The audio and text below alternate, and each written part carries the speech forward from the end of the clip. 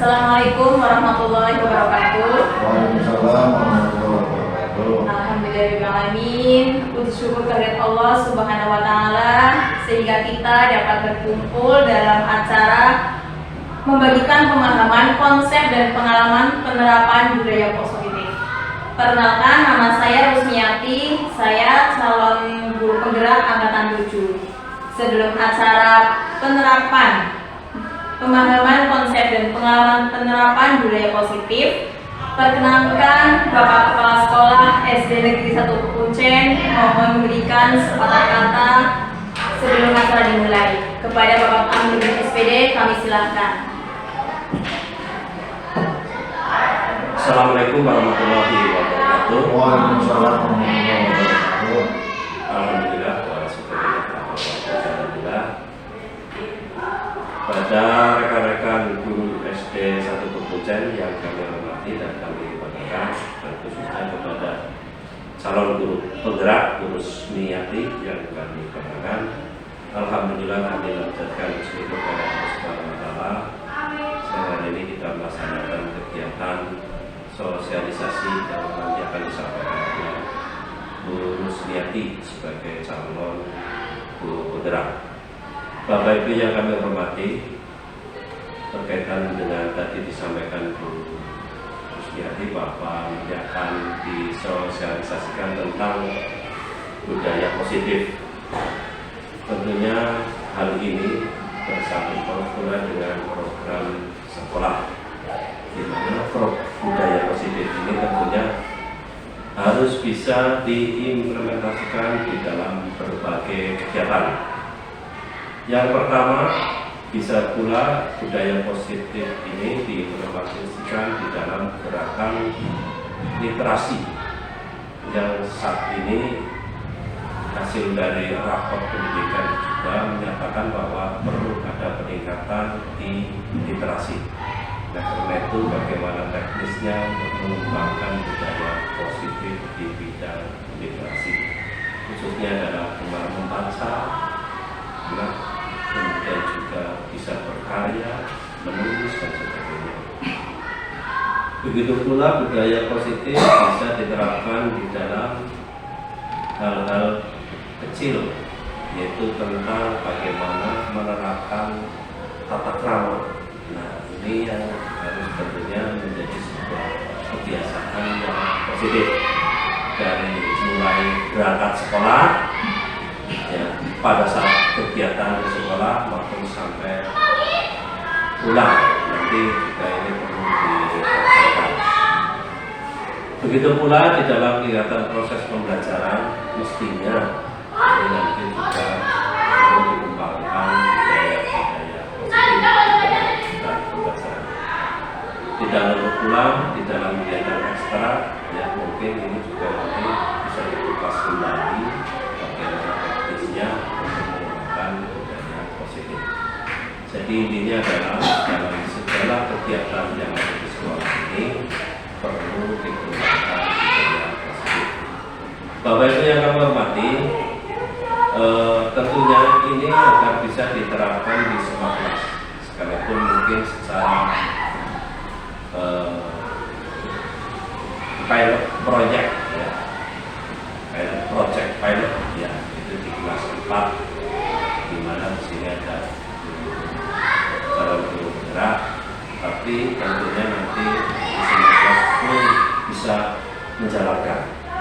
Mudah-mudahan apa yang disampaikan oleh calon guru penggerak ini menginspirasi yang lainnya, sehingga bisa menerapkannya di dalam berbagai kegiatan yang merupakan program dari sekolah. Saya kira demikian, Bapak Ibu, mohon agar benar-benar menyimak dari yang akan disosialisasikan oleh Bu Rusmiati, dan mudah-mudahan bisa menginspirasi Bapak Ibu. Terima kasih. Wassalamualaikum warahmatullahi wabarakatuh. Terima kasih kami sampaikan atas dukungan dan kerjasamanya dari Bapak Kepala Sekolah dan rekan-rekan guru SD Negeri 1 Kuncen. Perkenalkan Bapak Kepala Sekolah dan Bapak Ibu Dewan Guru SMP Kuncen, saya akan mencoba membagikan ilmu yang sudah saya dapatkan selama saya mengikuti pelatihan atau pendidikan calon penggerak. Pertama, tentunya Bapak dan Ibu sudah mengetahui arti dari penerapan budaya positif. Dari kata budaya sendiri, Bapak Ibu pasti sudah tahu arti kata budaya yaitu kebiasaan. Pasti sudah tahu. Sedangkan positif itu sesuatu yang baik. Jadi di sini dimaksudkan budaya positif itu hal-hal yang sudah dilakukan, hal yang sudah dilakukan dengan baik. Nah, berikutnya mari kita belajar bersama, berkolaborasi, saling mendukung demi mewujudkan disiplin positif di sekolah kita tercinta ini, yaitu di SD Negeri 1 Kekuncen. Konsep utama modul budaya positif yang pertama itu ada perubahan paradigma belajar, disiplin positif, kebutuhan dasar manusia, motivasi perilaku manusia, posisi kontrol restitusi, keyakinan, dan segitiga restitusi. Berikut akan saya jelaskan satu persatu. Yang pertama, pembelajaran dengan paradigma baru. Pembelajaran dengan paradigma baru dirancang berdasarkan prinsip pembelajaran yang terdiferensiasi, sehingga siswa belajar sesuai dengan kebutuhan dari tahap perkembangannya untuk mewujudkan profil pelajar Pancasila. Hal ini artinya ketika kita menghadapi murid, tentu telah berbeda-beda. Ada yang murid sudah mungkin di kelas 1 ada tahapan membacanya sudah lancar, ada yang masih mengeja, atau bahkan ada yang baru mengenal huruf. Nah, di sini kita akan memberikan pelayanan yang tentunya berbeda-beda. Tidak semua anak, bukannya maksudnya membeda-bedakan anak, tetapi kita memberikan pelayanan sesuai dengan kebutuhan mereka. Selanjutnya tentang disiplin positif. Dalam budaya kita, makna disiplin dimaknai menjadi sesuatu yang dilakukan seseorang pada orang lain untuk mendapatkan kepatuhan. Kita cenderung menghubungkan kata disiplin dengan ketidaknyamanan. Anak-anak pasti kalau mendengar disiplin, pasti mereka menganggapnya disiplin itu menakutkan. Tetapi disiplin ini justru akan memberikan keteraturan, menjadi yang kurang baik menjadi lebih baik. Disiplin positif atau kontrol diri merupakan salah satu cara penerapan disiplin yang bertujuan untuk menumbuhkan kesadaran serta memberdayakan anak untuk melakukan sesuatu tanpa sogokan. Nah, di sini kalau misalkan Bapak Ibu memberikan PR atau tugas dalam kelas ya, pasti kan seringnya, ayo anak-anak kerjakan tugas, kerjakan PR. Nanti kalau tidak kerjakan nanti Pak Guru hukum. Itu. Apakah Bapak Ibu sudah merasa itu akan mendisiplinkan mereka? Sudah apa dulu Pak Bu? Kira-kira bagaimana menurut panjenengan semuanya? Kalau misalkan kita ingin anak-anak kita menjadi disiplin, apakah kita memberikan ancaman ataupun bagaimana gitu? Apakah mereka akan menjadi disiplin? Kurang efektif, ya. Nah, selanjutnya yaitu bertahan hidup. Kebutuhan manusia tentang kasih sayang dan rasa diterima. Ini meliputi penguasaan, kebebasan, dan kesenangan. Nah, pada hakikatnya kebutuhan dasar manusia itu diantaranya adalah mendapatkan kasih sayang dan rasa diterima. Sehingga kita pun menghadapi anak-anak di kelas, mereka seperti di rumah sendiri. Di rumah mereka mendapatkan kasih sayang dari orang tua. Begitu pula ketika mereka belajar di sekolahan, mereka merasa kalau saya sebagai murid, dikasih sayang oleh orang tua di sini bapak dan ibu guru, mereka tentunya akan belajar lebih nyaman lagi. Jadi silakan bapak ibu akan lebih merasakan jika menghadapi anak muridnya secara kasih sayang, bagaimana anak itu akan bisa lebih menerima dari pelajaran yang kita berikan. Selanjutnya penguasaan itu menguasai anak-anak, ya. Kebebasan juga memberikan kebebasan, namun tidak tanpa kontrol. Kesenangan juga anak-anak pasti tentu saja mereka ingin seusia anak-anak itu akan ingin sekali merasakan kesenangan, ya. Jadi kita tidak boleh merampas rasa kesenangan mereka. Selanjutnya motivasi perilaku manusia. Menurut Bapak Ibu, motivasi itu sendiri apa ya Pak? Bu? Dorongan. Iya, betul sekali. Motivasi merupakan dorongan yang timbul daripada diri seorang, ya, secara sadar atau tidak sadar untuk melakukan suatu tindakan. Seperti Bapak Ibu sendiri juga mempunyai motivasi apa sih di dalam bekerja? Kira-kira terdapat motivasi apa saja? Apakah dari kepala sekolah, ataukah dari keluarga, ataukah dari dalam diri Bapak Ibu sendiri? Ya, mau dijawab dalam hati sendiri-sendiri saja, ya. Ya, nah itu begitu pula dengan siswa. Mereka juga mempunyai motivasi tersendiri. Ada yang dari dalam dirinya sendiri untuk ingin lebih belajar lagi, belajar dan belajar. Tetapi mereka juga ada yang masih perlu motivasi dari Bapak Ibu semuanya. Jadi mereka juga hanya manusia biasa juga seperti kita. Jadi kadang-kadang ada rasa ingin dikasih motivasi, ya, dari luar maupun motivasi dari dalam diri sendiri. Selanjutnya menghindari ketidaknyamanan dan hukuman. Nah, murid melakukan disiplin diri karena ia takut dihukum, ya. Adakah Bapak Ibu yang merasa muridnya merasa takut jika mendapat hukuman jadi harus mengerjakan tugas? Ya, Ada. Nah, itu karena motivasi dari Bapak Ibu gurunya, bukan atau belum muncul dari dirinya sendiri. Selanjutnya, mendapatkan imbalan atau penghargaan dari orang lain. Nah, murid juga seperti itu Bapak Ibu. Mereka, oh ya, kalau saya nilainya 100, nanti dapat hadiah dari Pak Guru saya, entah itu permen atau uang atau dan lain sebagainya. Nah, di sini murid melakukan disiplin diri karena ingin mendapatkan imbalan atau pujian atau hadiah. Nah, ini disebut motivasi ekstrinsik atau motivasi luar. Selanjutnya, menghargai nilai-nilai kebajikan diri sendiri. Artinya, murid melakukan disiplin diri karena sadar akan nilai kebajikan dirinya. Nah, ini juga disebut motivasi intrinsik.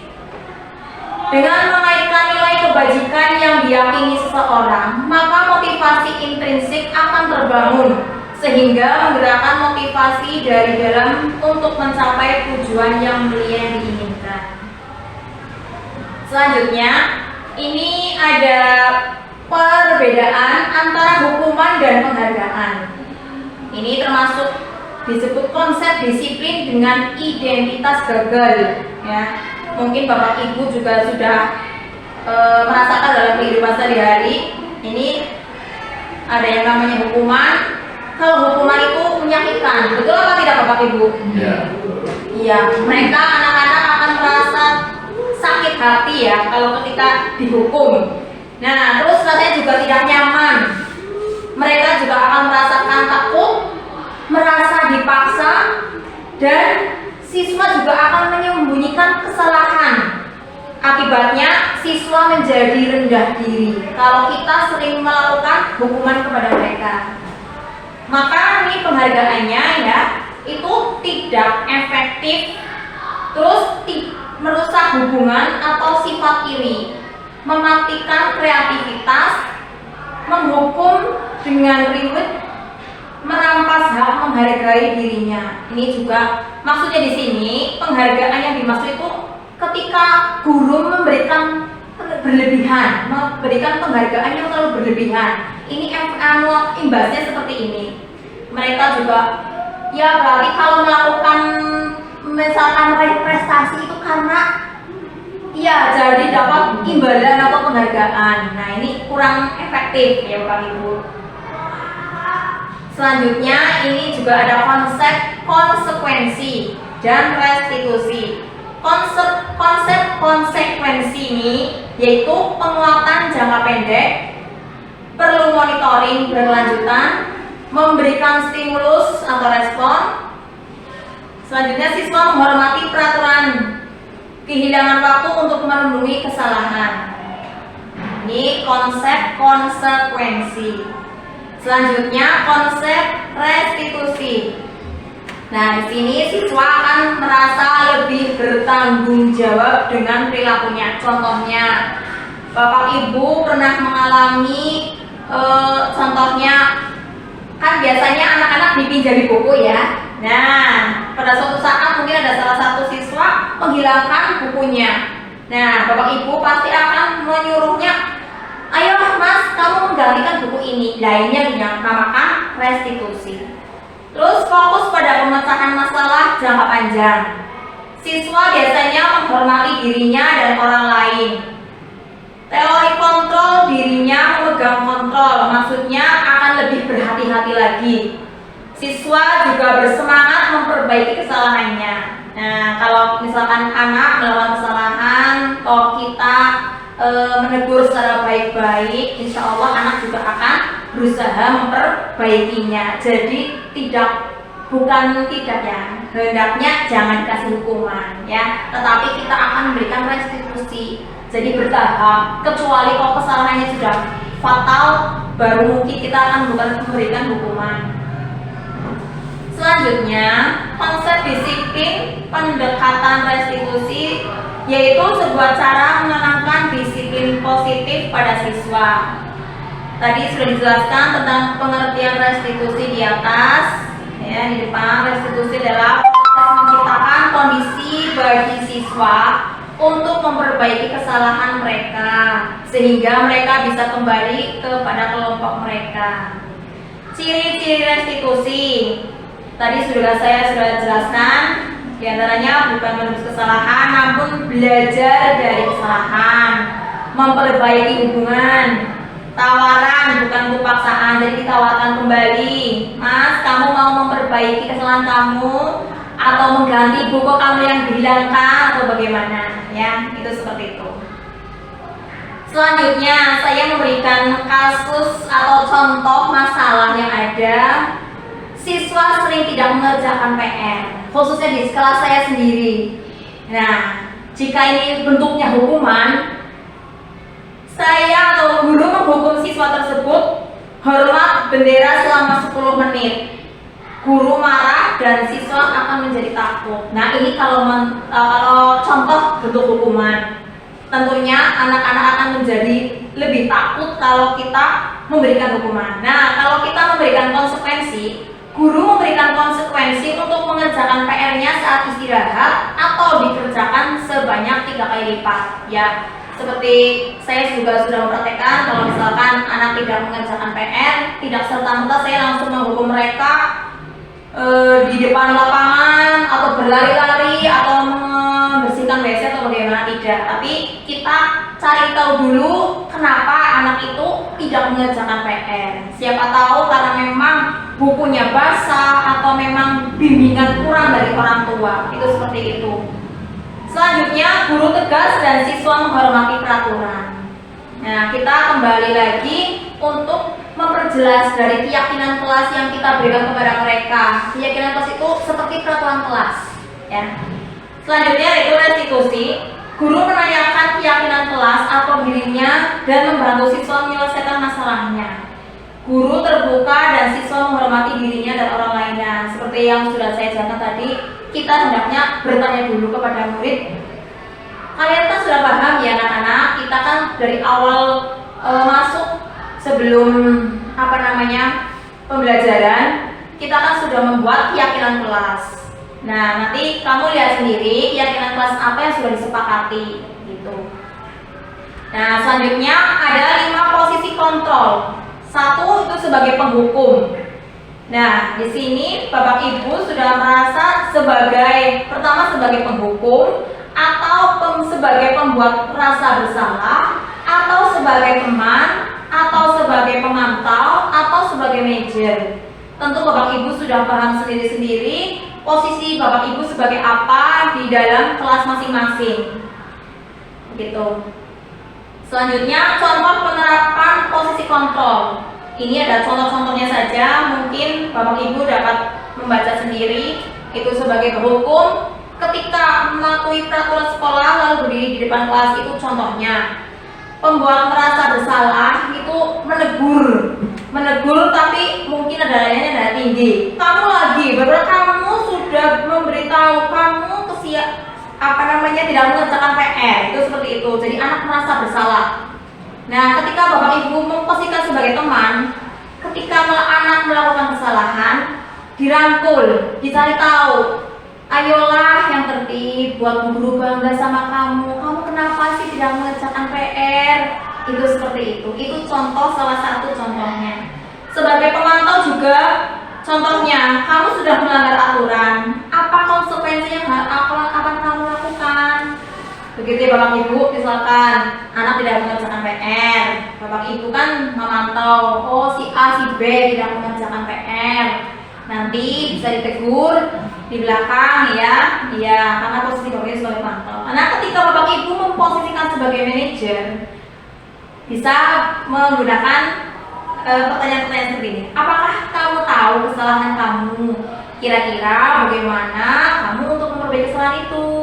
Contohnya, ketika ada anak melakukan kesalahan, ditanya baik-baik, kamu tahu apa yang harus kamu lakukan, apa yang akan kamu perbaiki, gitu. Nah, demikian Bapak Ibu, posisi atau contoh-contoh kasus di posisi kontrol.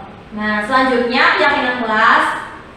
Mengapa keyakinan kelas? Mengapa bukan peraturan kelas? Kalau peraturan kelas itu identik dengan guru yang membuatnya. Nah, kalau keyakinan kelas itu kita semuanya, semua warga kelas membuat ya, dengan kita berdiskusi kepada murid-murid. Ayo murid-murid, kita membuat keyakinan kelas. Kira-kira apa saja yang perlu kita sepakati? Sudah sesuai apa belum? Nah, itu seperti itu. Nah, ini ada dokumentasi tentang saya berdiskusi dengan kelas 4 membuat tentang keyakinan kelas. Gitu. Ini pembentukan keyakinan kelas. Yang pertama lebih abstrak dari peraturan. Poinnya sedikit saja agar mudah diingat. Tidak usah kata-katanya terlalu panjang lebar. Selanjutnya berupa pernyataan yang universal atau umum, sesuai dengan kondisi kelas, ya, sekolah agar mudah diterapkan, tidak usah terlalu muluk-muluk. Berikutnya dibuat dalam bentuk positif, jadi tidak ada kata negatif. Contohnya, jangan membuang sampah, tidak. Jangan membuang kata-kata iya jangan, terus tidak boleh, ya tidak. Tapi hendaknya misalkan masuk ke kelas dengan tertib, gitu. Terus kita berdoa terlebih dahulu. Nah, selanjutnya saya juga membuat segitiga restitusi. Di sini Bapak Ibu sudah melihat, mempelajari tentang segitiga restitusi yang saya tulis.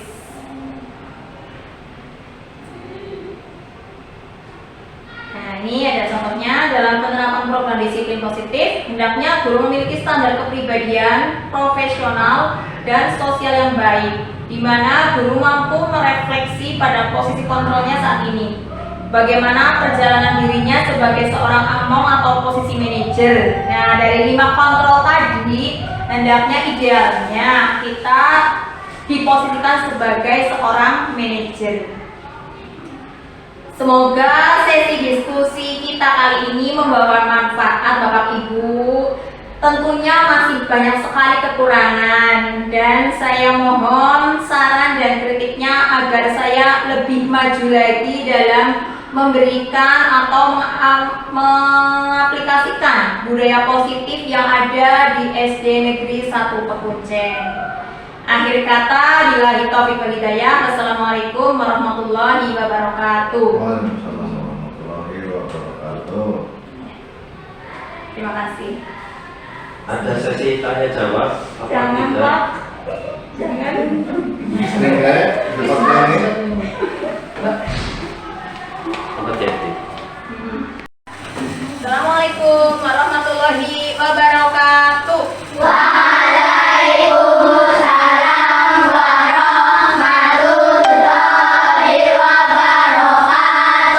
Ya, bagaimana kabarnya kelas 4? Alhamdulillah ya. Nah, hari ini kita ya kelas 4 akan membuat keyakinan kelas ya. Siapa yang tahu keyakinan kelas? Keyakinan siapa? Tahu pernah mendengar keyakinan? Nah, apa itu keyakinan? Yakin ya, yakin bahwa kamu percaya ya. Nah, di sini keyakinan di sini ya yang dimaksud ya hampir sama dengan peraturan kelas ya. Tetapi bedanya kalau peraturan kelas itu biasanya bu guru yang membuat. Nah, kalau keyakinan kelas ini kita semuanya warga kelas membuat sebuah keyakinan ya. Kamu bisa menggambarkan seperti peraturan kelas ya. Nah, bisa digambarkan kalau ada peraturan kelas kan biasanya bu guru membuat peraturan ya tidak boleh apa gitu ya, tidak boleh buang sampah, tidak boleh terlambat, tidak boleh nakal ya. Tapi kalau keyakinan kelas kita menggunakan kata positif. Paham apa tidak? Contoh ya, kalau misalkan bu guru melarang kalian dilarang mencoret-coret tembok ya.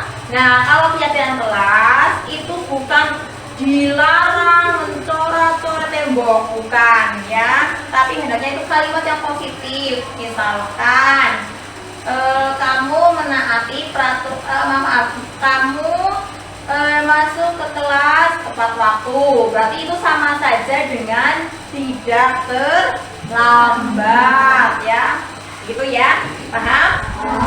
Ya, coba nanti Bu bagikan ini sebuah kertas ya, semuanya mengisi ya supaya kita membuat keyakinan kelas ya. Ya, ke belakang Mas. Belakang.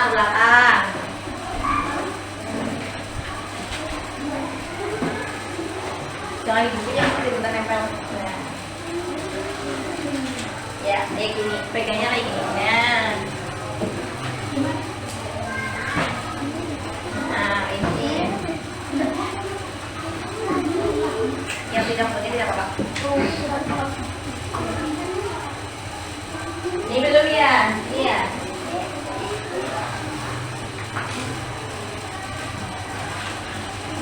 Nih, nanti kalian tuliskan satu saja keyakinan kelas yang menurut kamu ya, nanti bisa kita musyawarahkan atau diskusikan dalam kelas kalian ya, paham ya?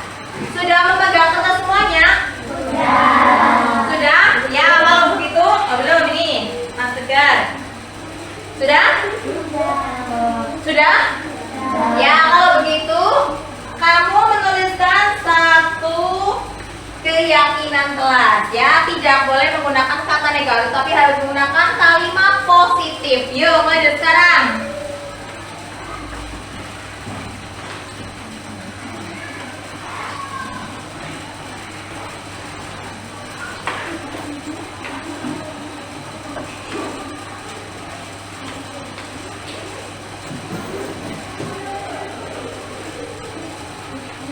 Silakan yang sudah selesai untuk maju untuk menempelkan di depan kelas kalian.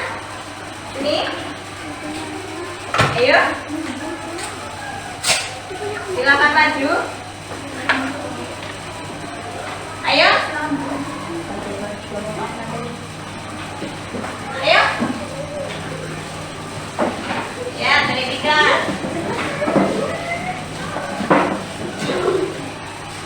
Ya. Rendang ya, rendang ya Mas. Nah,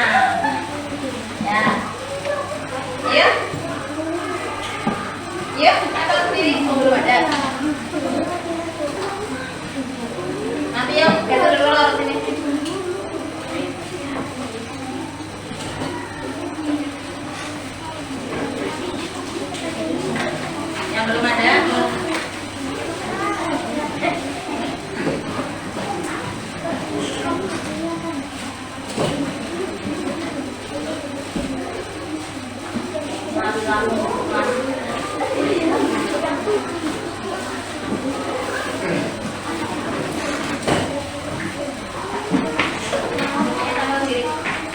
Ya, coba lagi yang belum. Udah, soalnya. Udah. Ya, tempel. Ayo.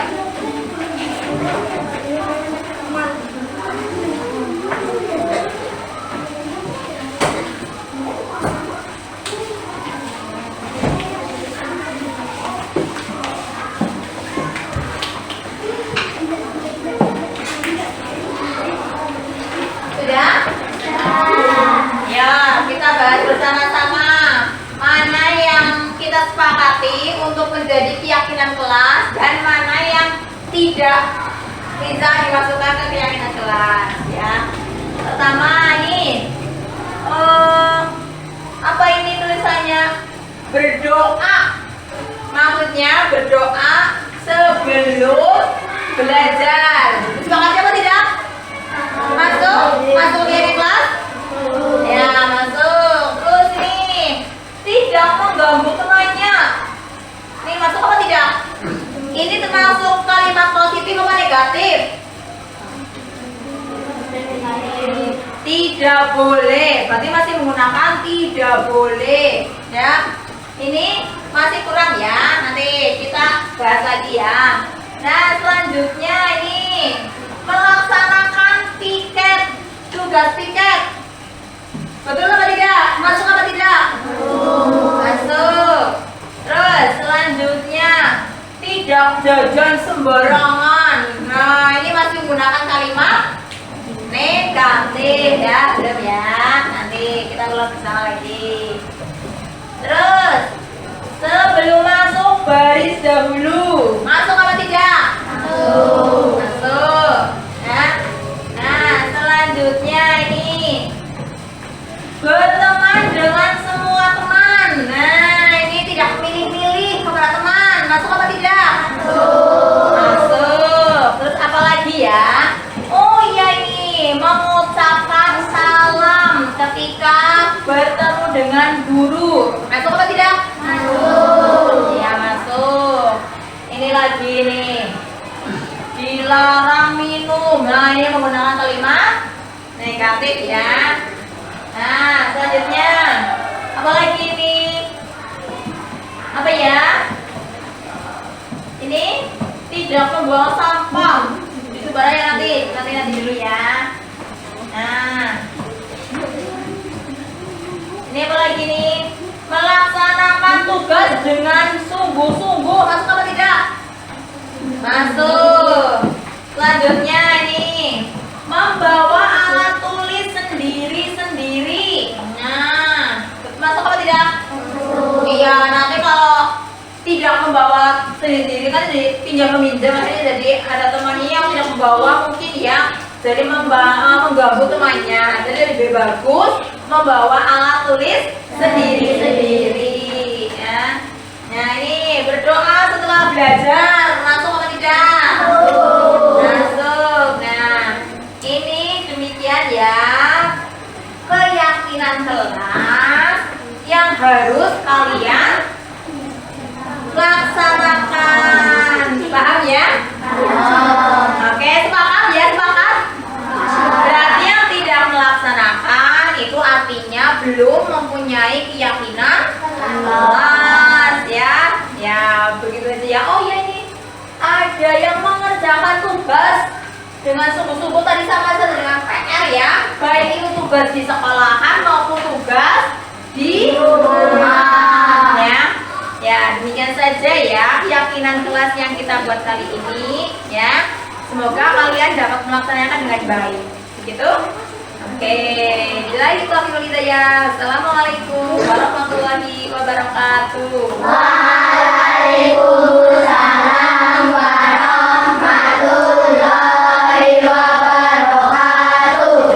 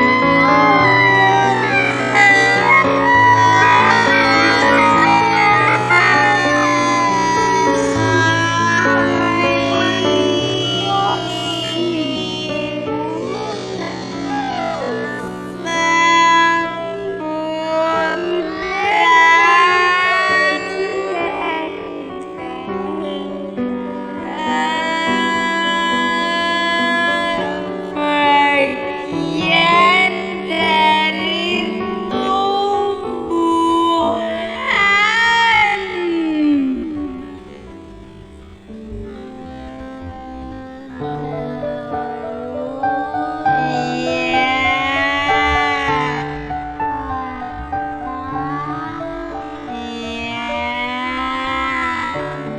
Yang pintar pakai burung.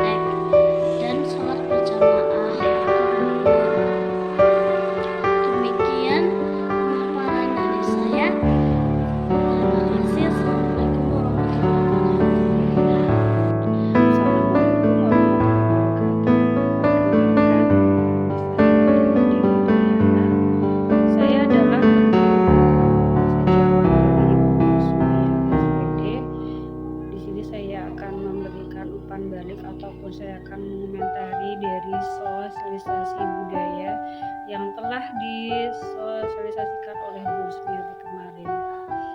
Materi sosialisasi budaya yang telah diberikan kemarin adalah materi yang sangat bagus untuk kami di sini sebagai guru dan juga siswa.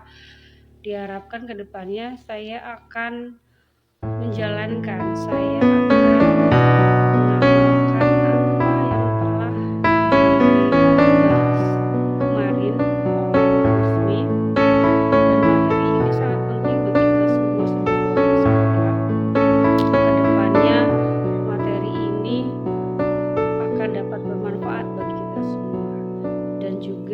bagi anak-anak yang setiap hari berangkat ke sekolah. Kemudian untuk Bu Rusmi saya harapkan kedepannya dapat ditingkatkan lagi. Terima kasih, saya cukup. Assalamualaikum warahmatullahi wabarakatuh. Perkenalkan, nama saya Ferelia Kesa Paksi. Di sini saya adalah teman sejawat dari Ibu Rusmiati. Setelah saya mendengarkan budaya positif yang dijelaskan oleh Ibu Rusmiati kemarin, saya jadi tahu banyak hal. Tentunya apa saja sih budaya positif yang ada di sekolah. Dan pastinya saya akan menerapkan apa yang sudah disampaikan dan diajarkan oleh Ibu Rusmiati. Harapan saya semoga seterusnya saya dapat memperoleh banyak ilmu lagi dari sosialisasi yang diadakan oleh Ibu Rusmiati. Terima kasih, sekian. Wassalamualaikum warahmatullahi wabarakatuh.